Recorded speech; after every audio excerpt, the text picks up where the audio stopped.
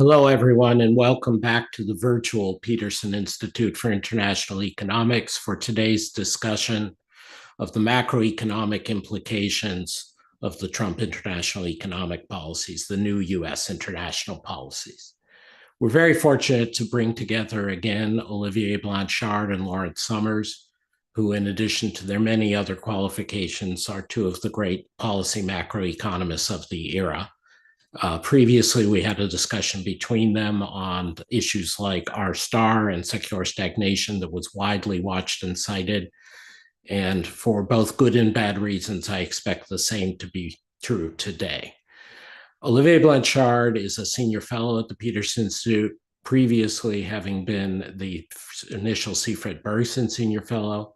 He served previously as the chief economist of the International Monetary Fund, and for a long time as a leading faculty member at the Department of Economics at MIT, where he was Robert Solow Institute Professor and now is still, of course, Solow Institute Professor Emeritus.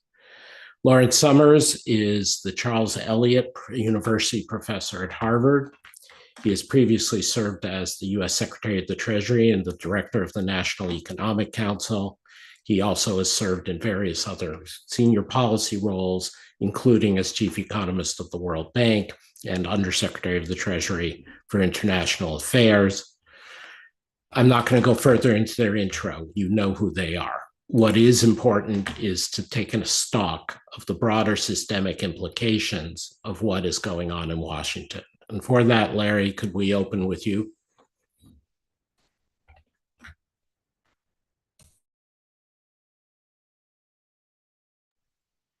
Thank you, Adam. It's good to be with the Peterson Institute, with you, and especially with my good friend, Olivier. I'm going to concentrate on the American perspective because that's probably my comparative advantage here. Step back from everything. I think the right broad frame for the moment is this. I've many times in my life given speeches about how Latin American democracies need to converge towards American-style democracies. Better government for the people, along with government by the people, better democracy. We are seeing convergence, but we are not seeing convergence in a direction that I could have imagined. We are seeing convergence from North America, the United States, towards traditional Latin American patterns. The classic example in Latin America was Argentina's Juan Perón. What were hallmarks of his administration? Protectionism, hyper-nationalism, a return to the soil in broad attitudes, crony capitalism, disregard for macroeconomic probity in terms of independence of the central bank and in terms of budget deficits, and the use of the tools of government to cow and punish his political adversaries. That approach to government turned Argentina from a country that was judged after the Second World War to have bright prospects, paralleling those of Canada and Australia, to the record that we have seen over the last 70 years. Perhaps it will change in Argentina now. That is what we are seeing in the United States today, with the very important difference that Argentina was never central to the global political economy, never had aspirations to be a superpower, and was constrained by being embedded in a global environment in the way that the United States is not. This is by far the most dangerous moment since the end of the Cold War, and I believe we are looking at the possibility of epochal change where America will move away from a long tradition of democracy with profound consequences for the rest of the world. All that said, let me now plunge back into economics. The Trump tariff approach is premised on 5 fallacies and harms the economy in 4 major ways. Fallacy 1, bilateral deficits make sense in thinking about exploitation. They don't. I run a big trade surplus with Harvard. I run a big trade deficit with my golf club. A golf club is not exploiting me. Harvard, I am not exploiting Harvard. There is no logic to thinking about bilateral deficits as a measure of exploitation. Fallacy 2, trade deficits are always bad.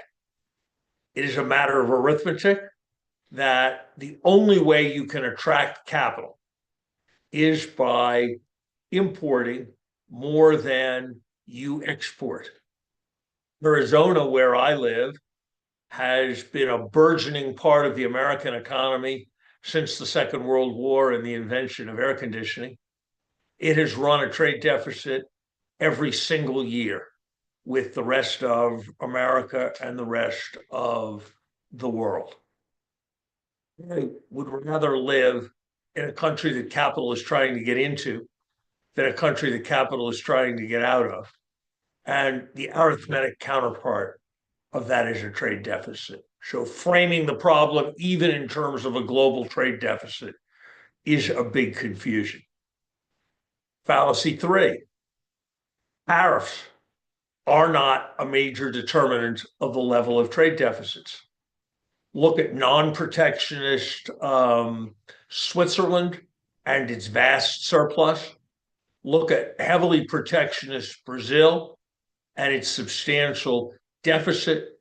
Look at the general correlation across countries, or look at the economists' logic that the trade deficit is ultimately about your total spending relative to your total income. Trade deficits are not determined by tariff policies. So even if they mattered, tariff policies are not the way to go after them.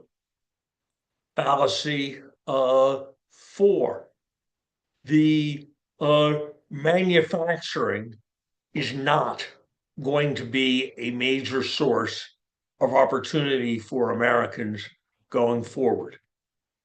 Robert Lawrence has written a wonderful and remarkably clear book for the Peterson Institute, in which he shows that trade surplus countries, trade deficit countries, everybody has a declining trend in manufacturing share of employment, even China during the 21st century, because it's all being driven by technology, not by patterns of trade. Germany, with a massive trade surplus, has a very sharp downwards trend in manufacturing employment.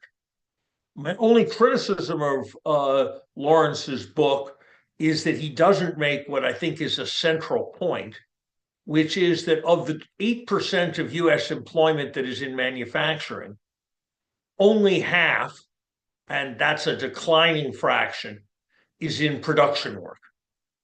The rest is jobs that aren't at all specific to manufacturing, doing accounting, doing advertising, doing sales, being an assistant to an executive. So it's a number that is 4% and sharply declining. The idea that this is somehow going to be transformational for the American economy because of a change in relative position is to be direct, completely delusional. Fallacy 5, indiscriminate tariffs are a form of manufacturing subsidy that is on net effective. Very often wrong, because very often the main input to exports is imports. Classic example, there are 60 times as many people working in the steel industry, in the steel using industries, as there are in the steel industry.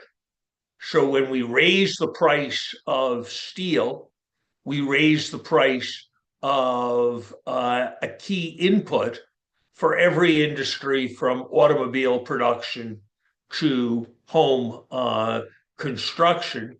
And we are on net hurting competitiveness rather than increasing competitiveness. So this program and this broad approach is founded on fallacy and grounded on economic mistruths. Not the kind of economic mistruths that are debated between people like me and Chicago school economists like John Cochrane, or are debated between me and Olivier and economists associated significantly to the left, like those in the Roosevelt Institute. Across almost everyone who has studied these things, there would be agreement on my 5 fallacies. What about the costs of these policies? They fall in 4 areas. Cyclical dynamics. This is cyclical dynamics. This is a major stagflationary shock. It increases prices, and because those increased prices reduce income and therefore reduce spending, which reduces employment. How big is the stagflationary shock? The Yale Budget Lab estimates an impact effect from the regime as currently defined of $4,800 per household, and a long run impact that's about half that size. Here's the comparison that some of your colleagues at the Peterson Institute helped me do. In terms of its impact on prices proximately and on reducing the income of households, this, in its current multiply amended form, is the equivalent as a supply shock of a doubling in the price of oil. That's a lot. And it's not something that something that every government of the United States has tried enormously hard to resist. And it's hard to imagine being something that anyone would willingly embrace. So cyclical macroeconomics greatly complicates the Fed's task, is the biggest invitation we've had to stagflation since the 1970s. Second, it cohorts financial crisis. Nobody knows for sure what is going to happen in financial markets, but these policies, coupled with the general change in the atmosphere that I described at the beginning of my remarks, has caused, not, this is not a prediction, has caused the pattern in US financial markets to move from the traditional bastion of the global economy, where stock markets fall and bond markets rise as people seek insurance, to the traditional submerging market paradigm, where decreases in stock markets are associated with rising bond yields, rising revulsion to the local currency, which falls. And this is a classic pattern. Every emerging market financial crisis sees a country fall in to that pattern. And that is even before you get to the issue, which certainly has to be recognized as a possibility, of large scale selling of US financial instruments by foreign reserve holders or those influenced by foreign governments. So the second risk is that this courts financial crisis. The mechanisms and details are all different, but we are running a risk that is probably below 50%, but certainly greater than 10%, that in the next several months, the United States will have a Liz Truss moment. It's not caused by the fates. It's caused entirely by ourselves. Third, lost competitiveness. This is what I've talked about so far is the domain of macroeconomists. It's not the domain of trade economists. What 2 centuries of research in trade economics has taught is that there are gains from the International Division of Labor that translates into higher standards of living for people, translates into higher levels of real wages. I already suggested the magnitude when I referred to thousands of dollars per family.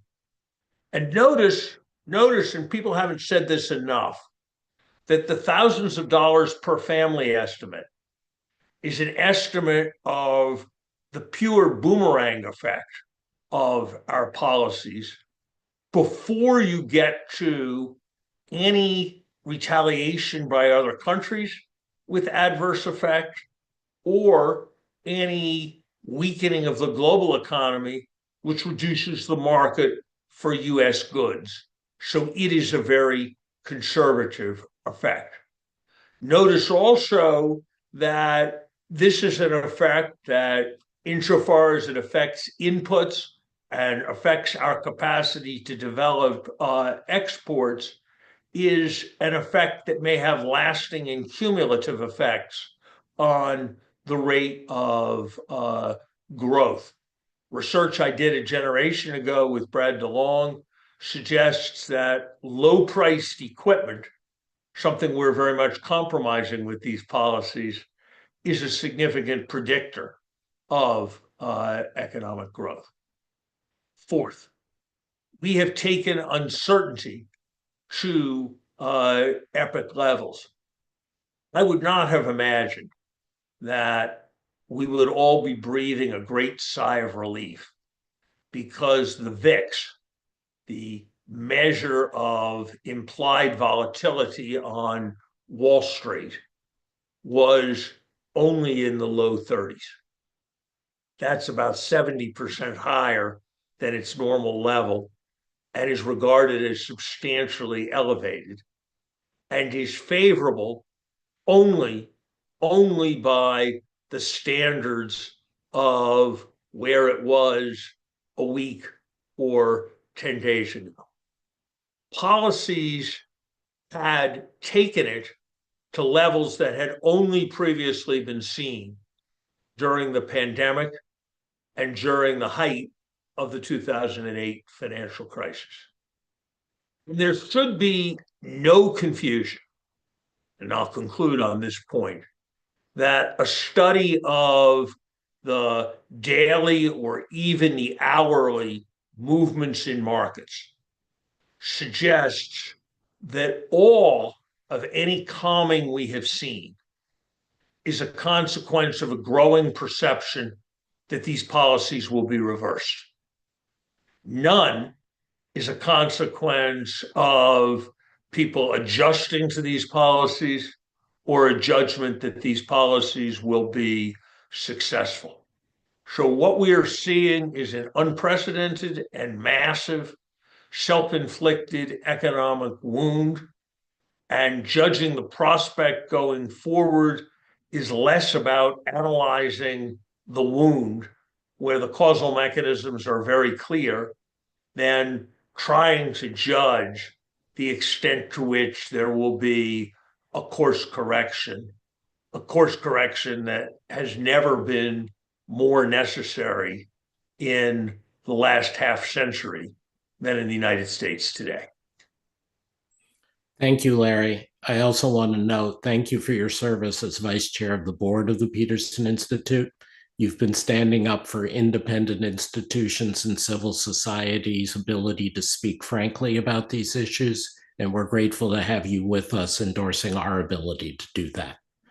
In that spirit, let me turn to my colleague Olivier Blanchard for a European perspective on both how Europe sees this, but how Europe responds. I'm delighted to be with you. Happy to see Larry. It's always fun to talk to each other. He has given really a master class in thinking about what is being done, and I agree with him 100% on everything, including the meta aspect, the non-economic aspect, the much larger effect that he started with. Turning to Europe, my message is going to be a bit more optimistic, in the sense that because of Putin first and because of Trump and because of the interaction between the two as well, I think that Europe has what is now known as Overton window, and a window of opportunity which it didn't think it had before and may not again have in the future. And if it acts on it, I think Europe will come out stronger. And the probability that this happens, I would say, is, it's a bit like Larry's ranges, between 20 and 60% or something like this. But there's something to be done. So what I want to do in the intro remarks is make 4 points. The first one is where Europe was pre-Trump and maybe pre-Putin. It was going through an existential crisis, psychological more than economic, but psychological.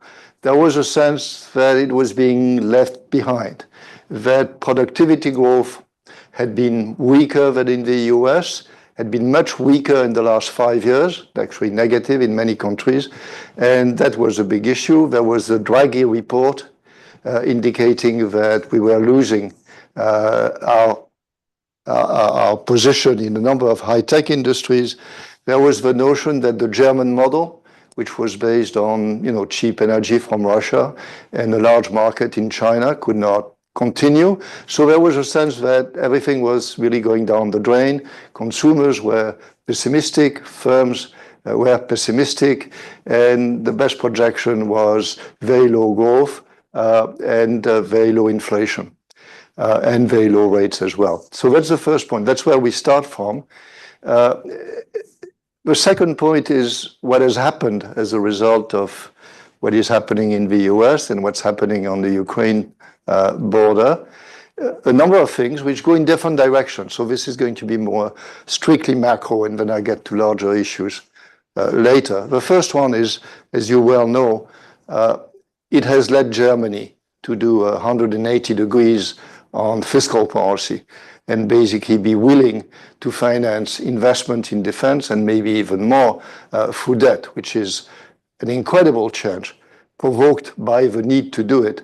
But anyway, it is happening.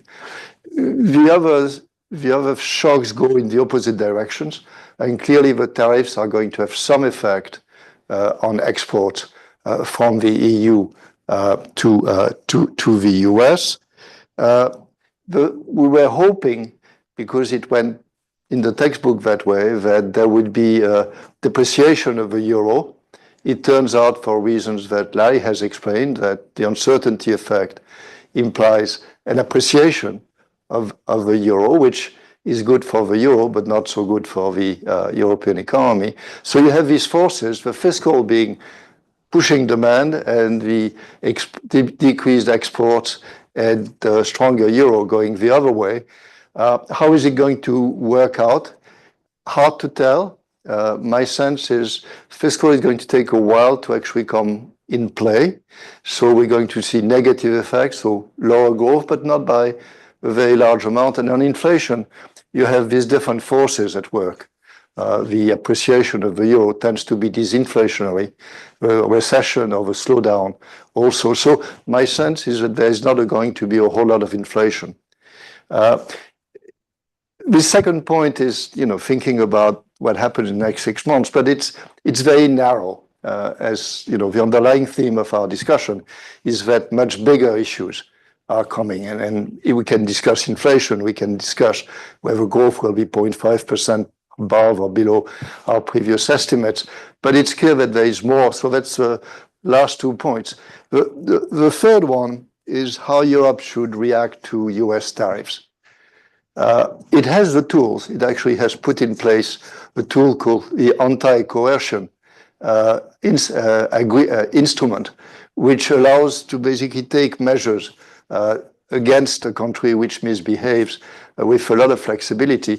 What should it do? I think it depends very much on what we are not sure of, which is whether we can make Trump retreat. If we thought that there was no hope that he would retreat, that he's going to put the 25% or the 20% tariff plus the 25 on automobiles, aluminum, steel, then the economic answer is don't do anything. It's not because this guy is shooting himself in the foot that you should do the same. So the pure economic answer is do nothing, maybe do a few symbolic things to show that, you're not weak, but in effect, do nothing. So the issue is, if we think that we can get Trump to retreat, and Europe is a big player if it stays together, then what is it that we should do? And there I think the answer is the same for every country in the world, is look at what hurts the US the most and the EU the least, and make a list and basically start from the top and threaten to do that. Parenthesis, in the case of China, rare earths is kind of the ultimate item at the top of the list.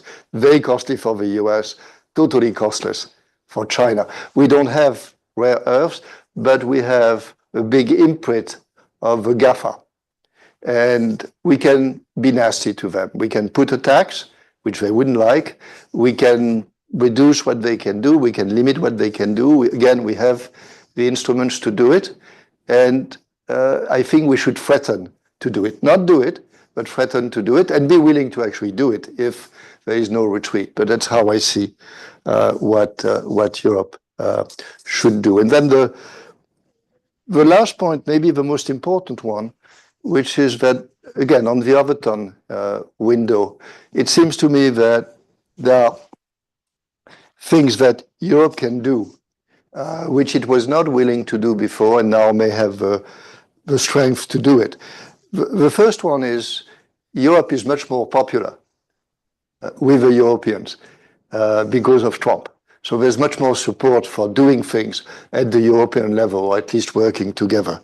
The first issue is maintain unity in the face of tariffs. Now, the tariffs have been put on Europe, not individual countries, which was kind of a gift. It would have complicated things if they had gone country by country. I think that Europe will succeed in keeping unity. There'll be tensions. As we know, the automobile industry has very different positions around the world, if you're looking at the German industry or the French industry, but I think we'll succeed. So we'll present a big front, which is essential. I mean, given that we have moved from a world with rules, good or bad, but rules, to a world, the law of the jungle, then you have to be big. And Europe is big. And if it remains big as a whole, then it will make a difference. Other things, defense. And that's more Putin, but that's Putin with Trump indicating that the US is not eager to help. And there I think, again, that the need is perceived and the will is there. and we're going to increase defense. There is no question. There are a lot of issues, the usual ones, which is that each country has its own tanks, its own planes, so that we have to do a lot in terms of diminishing these doublons. But I think that's coming. That's going to be big. We're going to support Ukraine. We've continued to support Ukraine as the US was stopping to do so. That cost about 30 to 40 billion a year so far. I think that we're perfectly able to continue and do more if needed. I'm just going to take examples. So something that has been talked about a lot, especially during the euro crisis, is euro bonds. Now, investors, as Larry described, it could be that investors are going to look for other places, other safe assets. Now, the natural place is euro bonds, but the euro bond market is very small. So what happened in the euro crisis was that a number of people said, well, maybe we can turn some of the national bonds into true euro bonds, and this would extend the size of the market. It didn't, in the end, work out because there are issues of risk sharing which come into play and technical issues. But my sense is that that's something which could happen. I think it's not going to happen overnight, but I can see the development of a euro bond market, maybe not quite of the same size as the US Treasury market, but big enough and good enough and deep enough and liquid enough that investors will be able to get out of the dollar and or at least partly out of the dollar and go into the euro bonds. So the extraordinary privilege that the US has and that Iran wants to get rid of would actually partly go away. But that would be a good thing for Europe. The other things is that, as I said, before Trump and Putin, there were a lot of things that Europe needed to do, and now I think has a stronger incentive to do. So these are constructive things to do rather than just defensive things vis-à-vis tariffs. So the Draghi report is actually very useful. I think it has been overplayed, but it has indicated that indeed there's a number of high-tech sectors where we are not there, and we could be there. It costs money. But my sense, and we cannot do everything that Draghi would like us to do, but we can do quite a bit, and I think there'll be more of that. The next point is even more general. It's that, again, the crazy country is the US. The rest of the world is quite willing to play by the old rules. Not necessarily exactly, they want changes, but in general, they are willing to behave.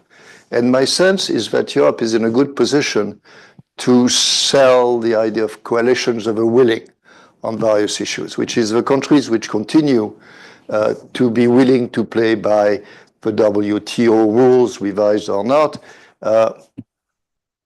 should get together and continue to basically act within the coalition so as to respect these rules. And I have a sense that Europe can do something here. I have a sense that there's a lot of openness to the idea, surely in Canada, for example, but also in Latin America and maybe in China. And that's something I think that Europe can play an important role in. Then the last thing on this is China. And I think one of the big issues in thinking about how all this evolves is, to caricature, what side of the US-China Europe is in. Now, the US would like very much Europe to be with them, put tariffs on China and work together.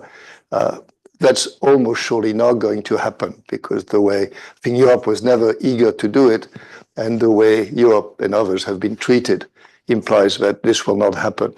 So I think that Europe should be more on the side of China, but not an ally of China, because we have a number of tensions and problems to solve. There has been a number of attempts over time to actually create EU-China agreements or relation between the EU and the TPP. I think these are things that we should explore and basically create, again, if you want to call it safe spaces or coalitions of the willing. I think that good things could happen there. So listening to Larry, it's clear that there's a big tension between what's happening in the US and the way the rest of the world is reacting, whether the rest of the world will be able to avoid some of the worst outcomes which happen in the US is to be seen. But I see possibilities for Europe to actually do good things. Adam, if you'll permit me, an observation, a small disagreement with Olivier, and a question for Olivier. The observation is, for so divisive a figure, Donald Trump is a remarkable unifier. The Harvard faculty is now more unified over every political question than it has been any time in the last 30 years. As people who like affirmative action, people who don't like affirmative action, like DEI, don't like DEI, differ on all sorts of things, everybody agrees on resistance to the oppressiveness that we've seen. Democratic Party, far more unified than ever before. And Olivier tells us the different nations of Europe, far more unified. It shows the capacity of unreasonable opposition to unify opponents. And we're seeing that. And I think it's potentially quite dangerous for the United States in a world where alliances are important. Mild disagreement with Olivier. I think bullies should be resisted. And I think it's important to resist bullying. And I think serious countries don't bluff. So I think there should be strong response and a commitment to strong conditional response to what's happening in the United States. And the point Olivier elided that I think is quite important is that even the United States at this moment is not a monolith, and that the response isn't about what will hurt America most, but will hurt those constituencies that are closest to the president. I never thought I would say this about the United States, but in consideration of the response to Russia, authorities in every major G7 country were very much aware of which oligarchs were closest to Putin and most enablers of Putin, and which were not. And I think that kind of sensibility should inform responses that bully. The way in which the president appears to be going back at the law firms that bended the knee just a few weeks ago, asking for more, should be a highly cautionary tale for any institution or nation that thinks that they can get advantage by being one of the first to the table in supplicating this kind of authoritarianism. My question for you, Olivier, is what is your view about the use of financial leverage as a retaliatory tool? One could imagine selling off large quantities of US financial instruments to substantial retaliatory effect. One could imagine selling one category of US securities versus another and creating substantial instability in markets. One could imagine doing those things in ways that were highly visible. One could also imagine finding ways to do those things where one's tracks were very difficult to track. What would your advice be to other countries about how to think about their financial holdings in the context of a desire to retaliate against what's happening? I ask you the question because I'm very uncertain in my own mind as to how to think about this. Adam may take a minute to try On the unifier, you're completely right. I mean, it has changed the dynamics of Europe in very dramatic ways. There is still the issue of the countries which have leverage, or the institutions which have leverage in bargaining, and those which do not. And I worry a bit about his ability to actually bully some small countries, and that's an issue. On the bullies should be resisted. Again, I think it completely depends on whether you think they'll retreat. If, for some reason, which I think is unlikely, he decided not to retreat and just put the 20% across the board tariff on Europe and stayed with it, then I think it would still be the right thing to do not to react, except again in symbolic ways. But what you say is basically that you can probably find ways for him to retreat.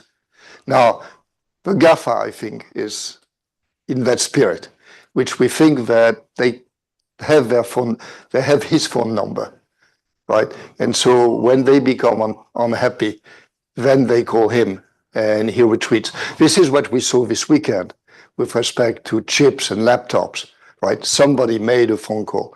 So I think if you think that you can get somebody very unhappy, but quite powerful on the other side, then you do it. But if you don't, then again, the general principle that these tariff wars are basically losers implies that you don't do anything.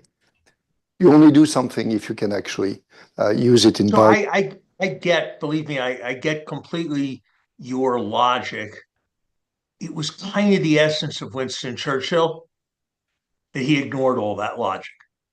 That there were a lot of people in Britain who wanted to do a careful calculation about the probability that you could win the war, and maybe if you couldn't win the war, it was better to appease and all that.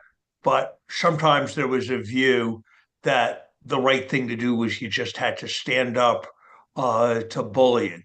And so the sense of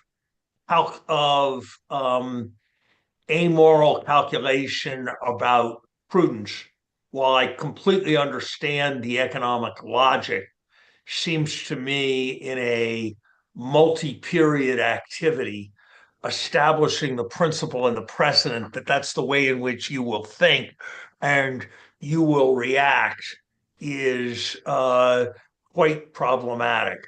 So as an observer of this, I would just be tentative about that and would want to see more resolution. And I think that exactly the calculation that you're describing is the calculation that Columbia University went into. It is the calculation that the law firms that capitulated went into. And I don't think history will remember those institutions well, and for the way they have responded to this crisis. And so that's why I just want to register concern about the approach, even though I completely recognize that there's a kind of internal, complete economic logic to it. Again, I think you stand up to the bully if there is a chance that you make him stop what he was doing. And to do this, you have to have something. So Harvard has 50 billion, right? And he can afford to lose 2, maybe more. Other universities don't. Paul Weiss probably decided that the law firm would just disappear. So I understand your point. But again, I think standing up to the bully makes you feel good, but may destroy what you cherish. And therefore, you have to be very careful. On the last one, the fact that you're uncertain is highly correlated with the fact that I'm also uncertain about it. Because I have a sense that when you start playing with these financial measures, some of them can be nuclear, right? I mean, for example, SWIFT.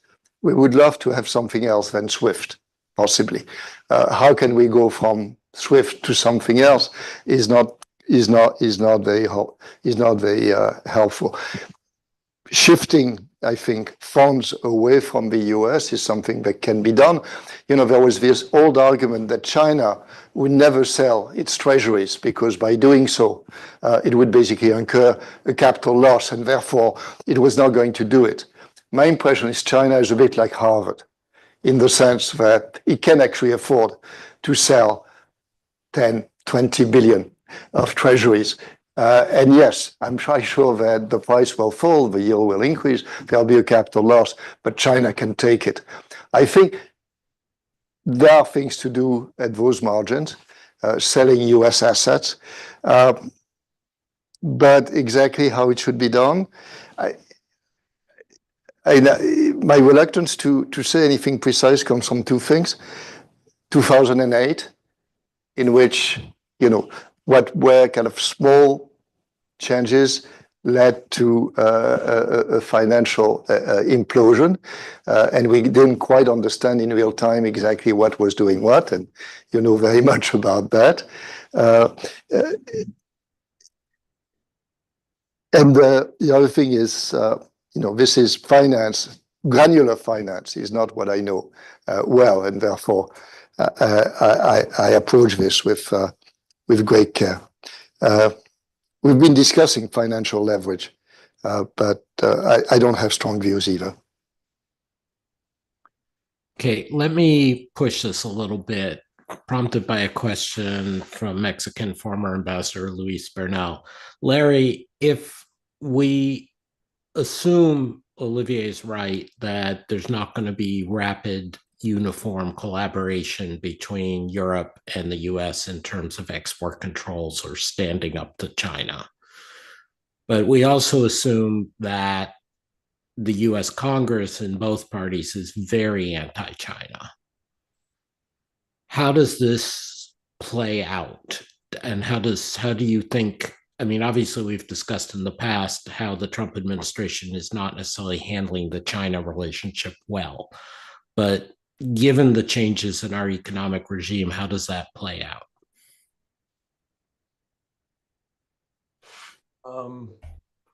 At one level, I don't know enough to say anything. And at another level, answering the question thoughtfully requires much more time than we have. So I'll just say these things. The most sobering hour and a half that I've spent in the last 6 months was visiting the World War II Museum in Tokyo. That presents a rather different perspective on the events that preceded December 7th, 1941, than the one that I learned in my US high school history course.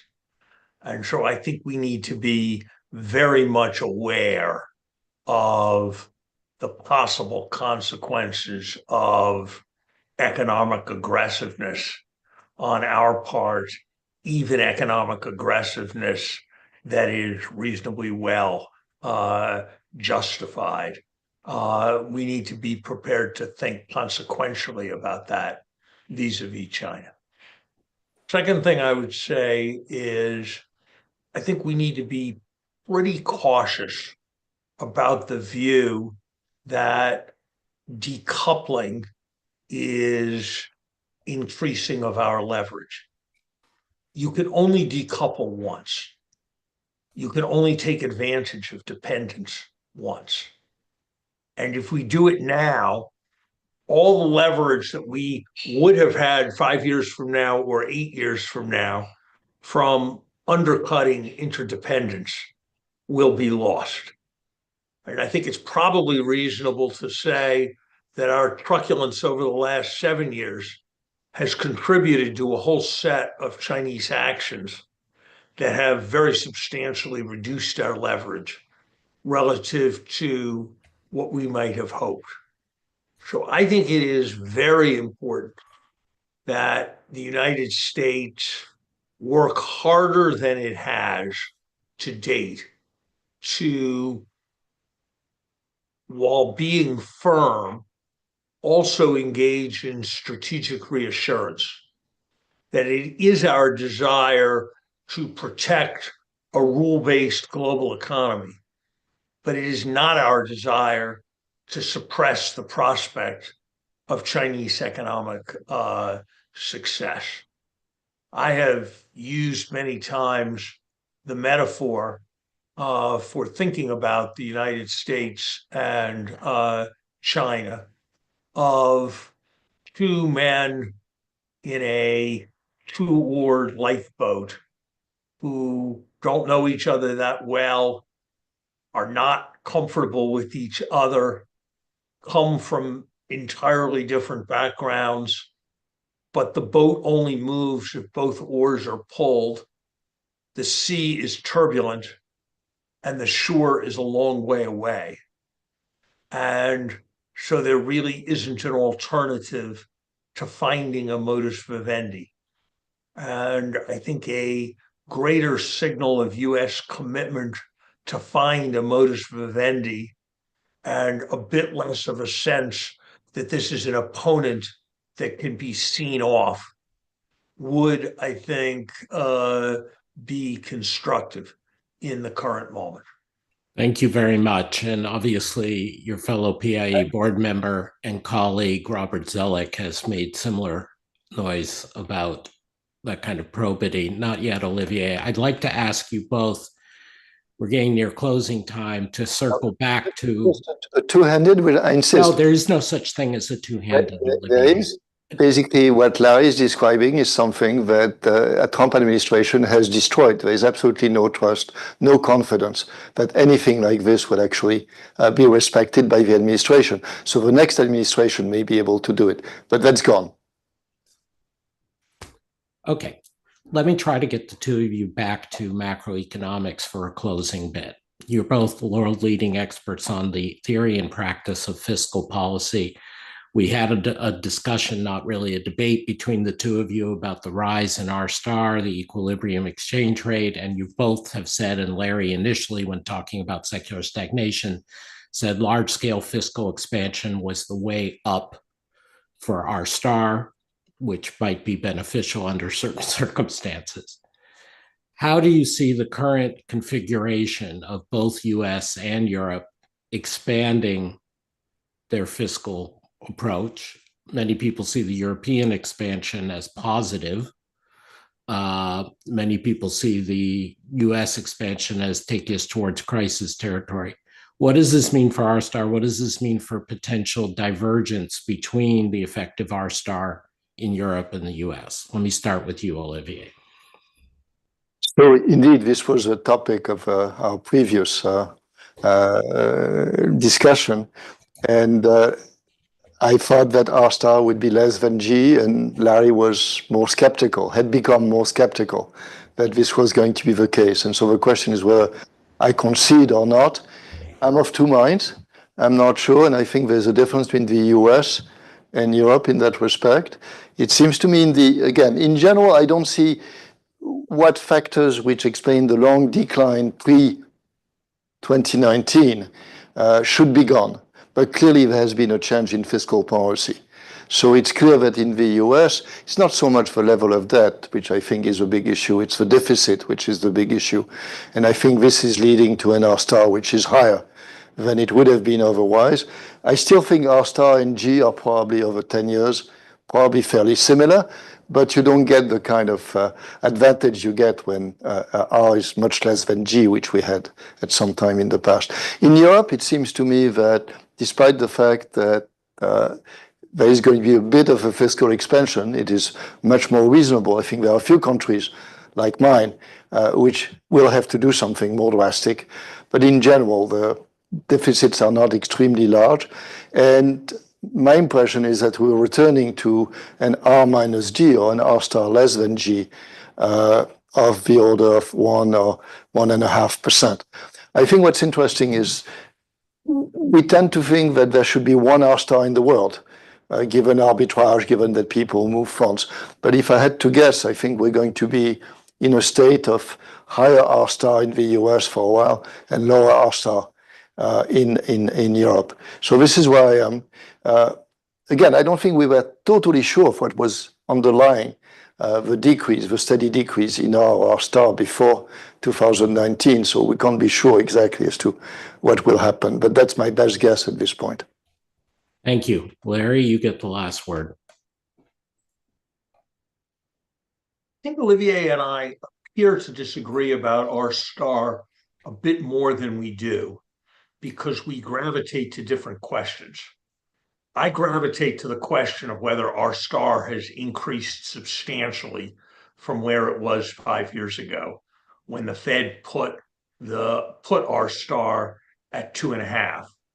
And I think the answer is overwhelmingly yes, because there are higher inflation expectations than there were when we were struggling to reach 2 because of major budget deficits and because of huge, previously unforeseen investment demands around the construction of data centers, larger houses for people post COVID and all of that, and around large wealth effects reducing flow savings rates. So my view is that our star is probably somewhere in the 4.5 range, representing a 2.5, 2 to 2.5 inflation expectation, a 2 to 2.5% real neutral rate, and that a corollary of that view is that with normal term premia, that puts 4.5 plus 100 to 150 for the term premia, puts the 10-year comfortably into the 5s and perhaps approaching 6 as the place to which the world is headed. Notice when I go through all that syllogism, I'm having a real neutral rate between 2 and 2.5, which isn't very different, is perhaps slightly above, but not hugely above estimates of US potential. So Olivier and I are not really that far apart from the point of view of the R versus G on which he focuses. I don't think whatever you think exactly about R versus G, that anybody's best guess can be that the current US policy path is fiscally sustainable. There's sufficient uncertainty that nobody can rule out the possibility that it will turn out to be fiscally sustainable. But I think the range of reasonable best guesses as to how much adjustment is necessary probably has 2 as a lower bound and probably has 5 as an upper bound. And it's sobering to remember that that is significantly greater than Bill Clinton's 1993 deficit reduction program or the kinds of numbers that were discussed at the time of the Simpson-Bowles program. So I think that Olivier and I are in agreement, I suspect, that the neutral rate has increased significantly in the last 5 years, are in agreement that the fiscal situation in the United States is very serious, and are probably somewhat in mild disagreement about which side of R versus G is more likely in the United States. And we're also in agreement that